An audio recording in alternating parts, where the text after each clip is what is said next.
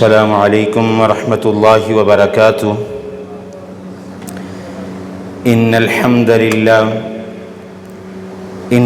للہ نحمده ونستعینه ونستغفره ونؤمن به ونتوکل علیہ ونعوذ باللہ من شرور انفسنا ومن سیئات اعمالنا من يهده الله فلا مضل له ومن يضلل فلا هادي له وأشهد أن لا إله إلا الله وحده لا شريك له وأشهد أن محمدًا عبده ورسوله أما بعد فإن خير الحديث كتاب الله وخير الهدي هدي محمد صلى الله عليه وسلم وشر الأمور محدثاتها وكل محدثة بدعة وكل بدعة ضلالة وكل ضلالة في النار أرسله الله بالحق بشيرا ونذيرا بين يدي الساعة وداعيا إلى الله بإذنه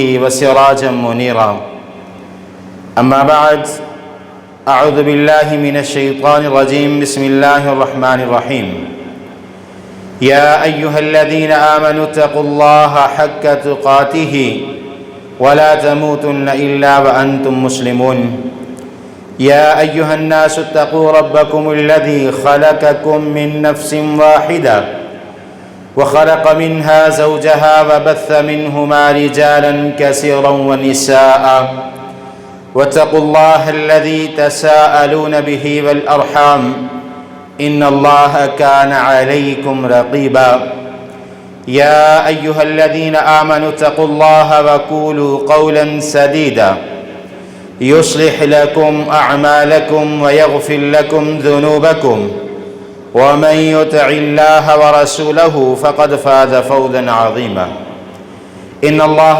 وملائكته يصلون على النبي يا أيها الذين آمنوا صلوا عليه وسلموا تسليما اللهم صل على محمد وعلى آل محمد كما صليت على إبراهيم وعلى آل إبراهيم إنك حميد مجيد اللهم بارك على محمد وعلى آل محمد كما باركت على إبراهيم وعلى آل إبراهيم إنك حميد مجيد رب اشرح لي صدري ويسر لي أمري واحلل عقدة من لساني يفقه قولي رب زدني علما رب زدني علما رب زدني علما قال الله تعالى وتبارك في القرآن المجيد والفرقان الحميد بسم الله الرحمن الرحيم لن ينال الله لحومها ولا دماؤها ولكن يناله التقوى منكم قال الله تعالى وتبارك في القرآن المجيد في مقام آخر قل إن صلاتي ونسكي ومحياي ومماتي لله رب العالمين لا شريك له وبذلك أمرت وأنا أول المسلمين وعن أبي أمامة البهلي رضي الله تعالى عنه قال قال رسول الله صلى الله عليه وسلم إن الله لا يقبل من العمل إلا ما كان له خالصا واتبعني به وجهه صدق الله مولانا العظيم وصدق رسوله النبي الكريم ونحن على ذلك من الشاهدين والشاكرين۔ ہر قسم کی تعریفات اللہ وحدہ لا شریک کی ذات کے لیے، جس نے اس نظام کائنات کو پیدا فرمایا، پھر اس نظام کائنات میں بے شمار بے حد و حساب مخلوقات کو پیدا فرمایا۔ تعریف ہے اس رب کے لیے جس نے اس کائنات کو چاند، ستارے اور سورج کے ساتھ مزین فرمایا۔ تعریف ہے اس رب کے لیے جس نے ہمیں صراط مستقیم عطا فرمایا۔ تعریف ہے اس رب کے لیے جس نے ہمیں امت محمد صلی اللہ علیہ وآلہ وسلم سے پیدا فرمایا۔ کروڑہ درود و سلام امام الاولین والآخرین، امام المجاہدین والمتقین، امام الحرمین والقبلتین، وامام الحسن والحسین، وامامنا فی الجنہ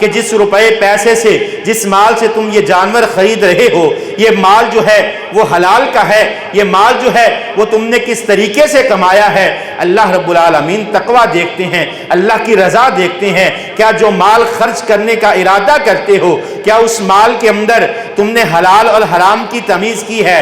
کیا اس مال کو تم نے اللہ اور اس کے رسول کے بتلائے ہوئے طریقے کے مطابق کمایا ہے؟ اگر تو اللہ اور اس کے رسول کے طریقہ کے مطابق اپنے مال و دولت کو کمایا ہے، اگر آپ کی کمائی اللہ اور اس کے رسول کی سنت کے مطابق ہے، تو پھر تو آپ کی قربانی قابل قبول ہو جائے گی۔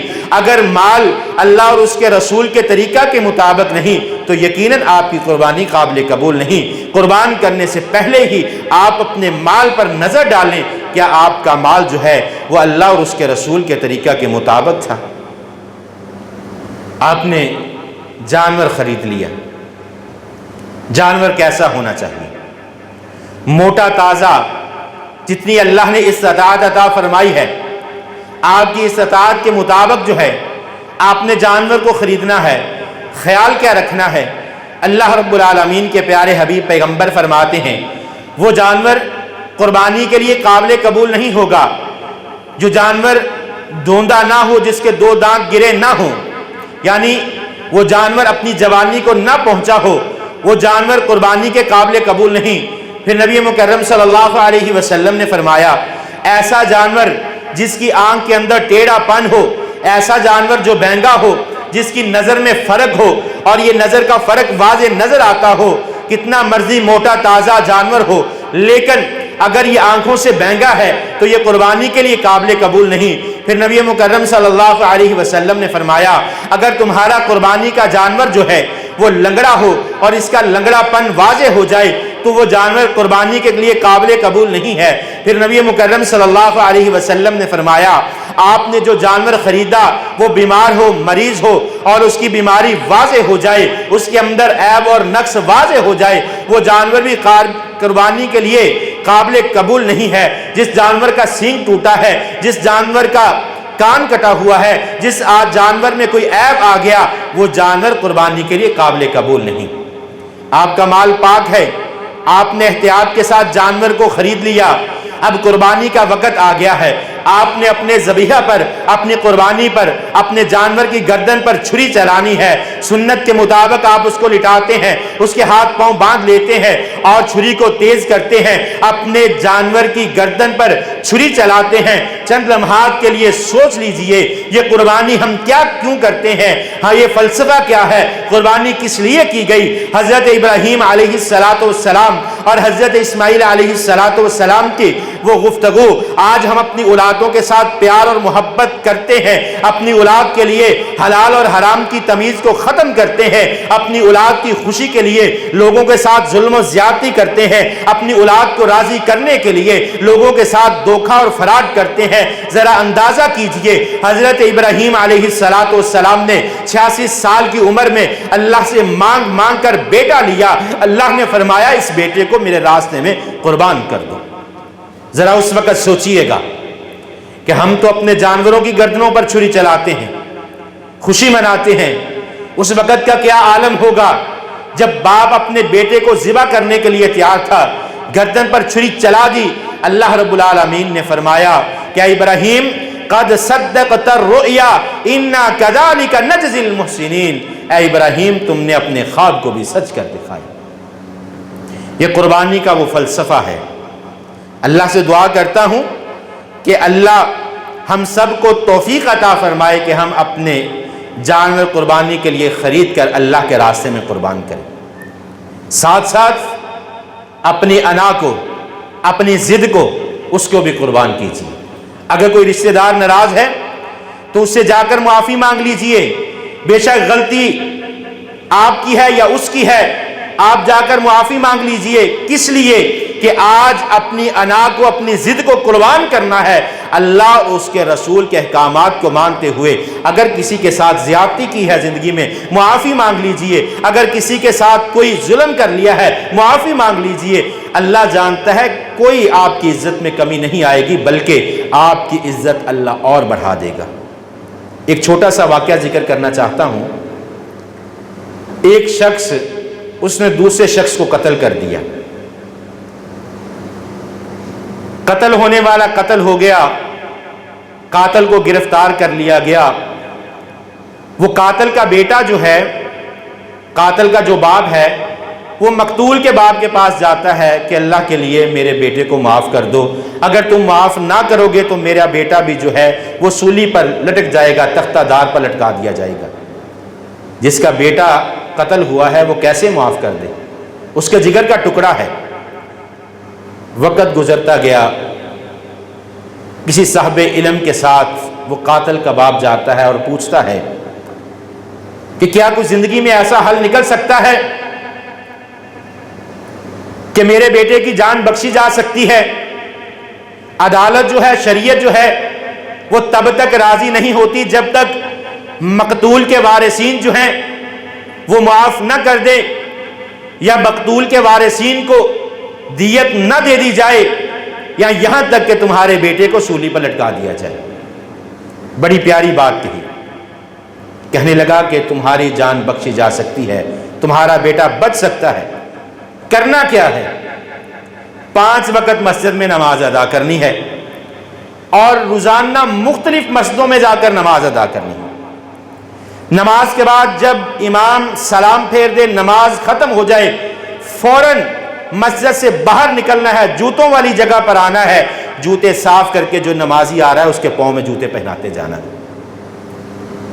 ایک طرف اپنی انا تھی، ضد تھی، دوسری طرف بیٹے کی زندگی تھی. باپ نے بیٹے کی زندگی کو ترجیح دیا. مختلف مساجد میں نماز پڑھتا ہے، نمازی باہر نکلتے ہیں، جوتے صاف کر کے نمازی کے پاؤں میں پہناتا ہے. میں اور آپ، ہماری ضد کیا ہے؟ ہم اپنے باپ کا جوتا سیدھا نہیں کرتے، لیکن اس باپ نے بیٹے کی خاطر یہ عمل کیا. وقت گزرتا گیا، ایک دن اس نے جوتا سیدھا کیا، اور جوتا پہننے والا کون ہے؟ وہ مقتول کا باپ ہے. اس نے کہا اپنے چہرے کو اوپر اٹھاؤ. کہنے لگا میں اپنا چہرہ کسی کو نہیں دکھاؤں گا، میں تو صرف اللہ کو راضی کرنے کے لیے نمازیوں کے جوتے سیدھے کرتا ہوں. تو وہ شخص کہنے لگا میں نے تمہیں پہچان لیا ہے، لہٰذا میں نے تمہیں معاف کر دیا. کیونکہ اس نے اپنی انا کو، ضد کو قربان کیا، اپنے اندر عاجزی کو پیدا کیا. عید کا دن آئے گا، کوشش کیجئے کہ عید سے پہلے جو ہے اپنے ناراض دوستوں کو، رشتہ داروں کو منا لیجئے، اپنی ضد کو قربان کر دیجئے. اللہ کی قسم، اپنی ضد اور انا کے قربان کرنے سے بڑی قربانی کائنات میں کوئی نہیں.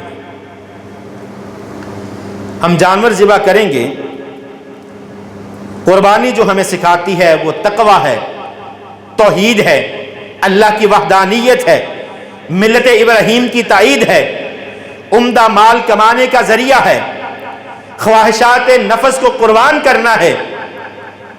ابھی آپ اندازہ کیجئے کہ مہنگائی کا دور ہے، اگر ہم عام سا چھوٹا سا بکرا بھی خریدے تو میرے خیال میں 20-30 ہزار سے کم تو ناممکن ہے ملنا. تو ہم نے قربانی کرنی ہے اللہ کو راضی کرنے کے لیے، لوگوں کو دکھانے کے لیے نہیں.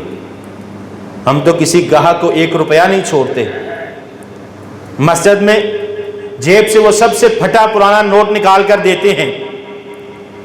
کسی کو پیسے دینے ہوں بار بار چکر لگواتے ہیں، ذلیل کرتے ہیں لوگوں کو. تو کیا جو ہم نے 20-30 ہزار 40 جتنی اللہ نے ہمیں توفیق عطا کی ہے ہم قربانی کر رہے ہیں، کیا اس میں کہیں ہماری انا تو نہیں شامل؟ صرف آج کے خطبے میں ایک سبق یاد کر لیجئے کہ اپنی انا کو قربان کرنا ہے، اللہ زندگی کی ہر خوشی عطا فرما دیں گے. نبی مکرم صلی اللہ علیہ وسلم نے فرمایا کہ اللہ کے ہاں، حضرت ابو امامہ بحری رضی اللہ تعالیٰ عنہ بیان فرماتے ہیں کہ اللہ کے ہاں وہی عمل قابل قبول ہوتا ہے جو خالص ہوتا ہے، جس میں دکھلاوا ریاکاری نہیں ہوتی، وہ عمل قابل قبول ہوتا ہے. آپ مسجد میں آتے ہیں اللہ کو راضی کرنے کے لیے، آپ کی نماز قبول ہوگی. اگر لوگوں کو دکھلاوا ہے کہ فلاں کبینہ کا رکن کہے گا کہ فلاں شخص نہیں آیا، یا قاری صاحب کہیں گے کہ فلاں شخص نہیں آیا، اس لیے نہیں آنا مسجد میں. اللہ کو ایسے نمازیوں کی ضرورت نہیں ہے، اللہ کو ضرورت ہے جو خالصتاً گھر سے نکلے تسبیحات پڑھتے ہوئے، ذکر و اذکار کرتے ہوئے، دل میں خیال ہو اپنے چہرے کو زمین پہ لگانا ہے، اللہ سے گناہوں کی معافی مانگنی ہے، اللہ کو راضی کرنا ہے، اپنی میں کو مٹا دینا ہے۔ اللہ فرماتے ہیں جو خالص ہو، جس میں اللہ کی رضا شامل ہو، عمل وہی قابل قبول ہوتا ہے۔ اللہ نے قرآن میں فرمایا والفجر ولیال عشر، قسم ہے فجر کی، قسم ہے ان 10 راتوں کی جو گزر رہی ہیں، یکم ذی الحج سے لے کر 10 ذی الحج کی راتیں اتنی قیمتی ہیں۔ نبی مکرم صلی اللہ علیہ وآلہ وسلم نے فرمایا کائنات کی یہ 10 راتیں ایسی ہیں جس میں کائنات کی ہر عبادت جو ہے وہ شامل کر دی گئی۔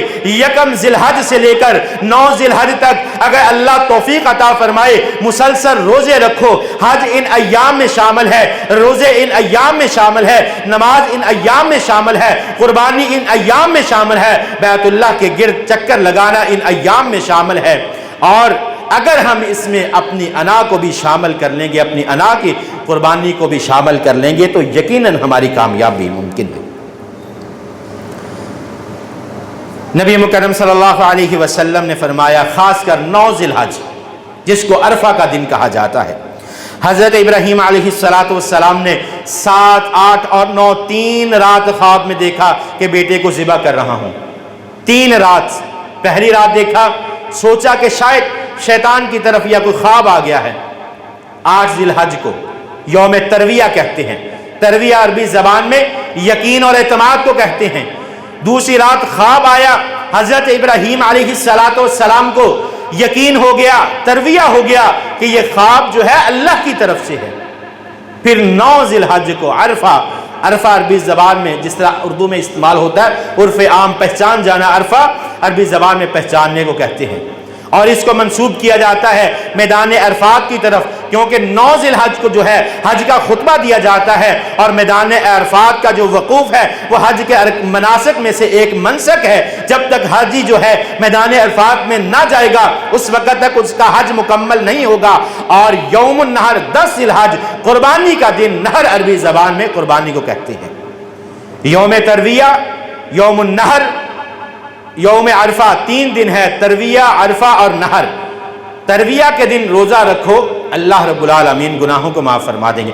نبی مکرم صلی اللہ علیہ وسلم نے فرمایا جو ایک نفلی روزہ رکھتا ہے اللہ رب العالمین اس کے اور جہنم کے درمیان 70 سال کی مسافت ڈال دیتے ہیں، ایک دن کا روزہ۔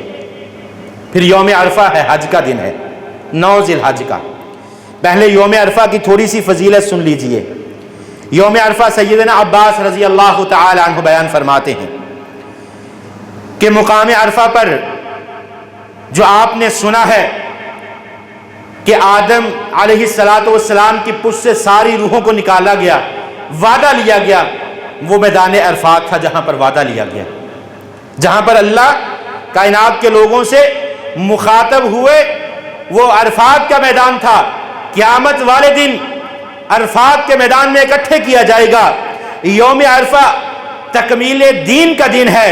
حضرت عمر فاروق رضی اللہ تعالیٰ عنہ سے ایک یہودی کہنے لگا کہ جب آپ پر یہ آیت نازل ہوئی الیوم اکملت لکم دینکم واتممت علیکم نعمتی ورضیت لکم الاسلام دینا، نبی مکرم صلی اللہ علیہ وسلم پر جب یہ آیت کریمہ نازل ہوئی تو پتہ چل گیا کہ آج کے دن جو ہے وہ دین کو مکمل کر دیا، شریعت کو مکمل کر دیا۔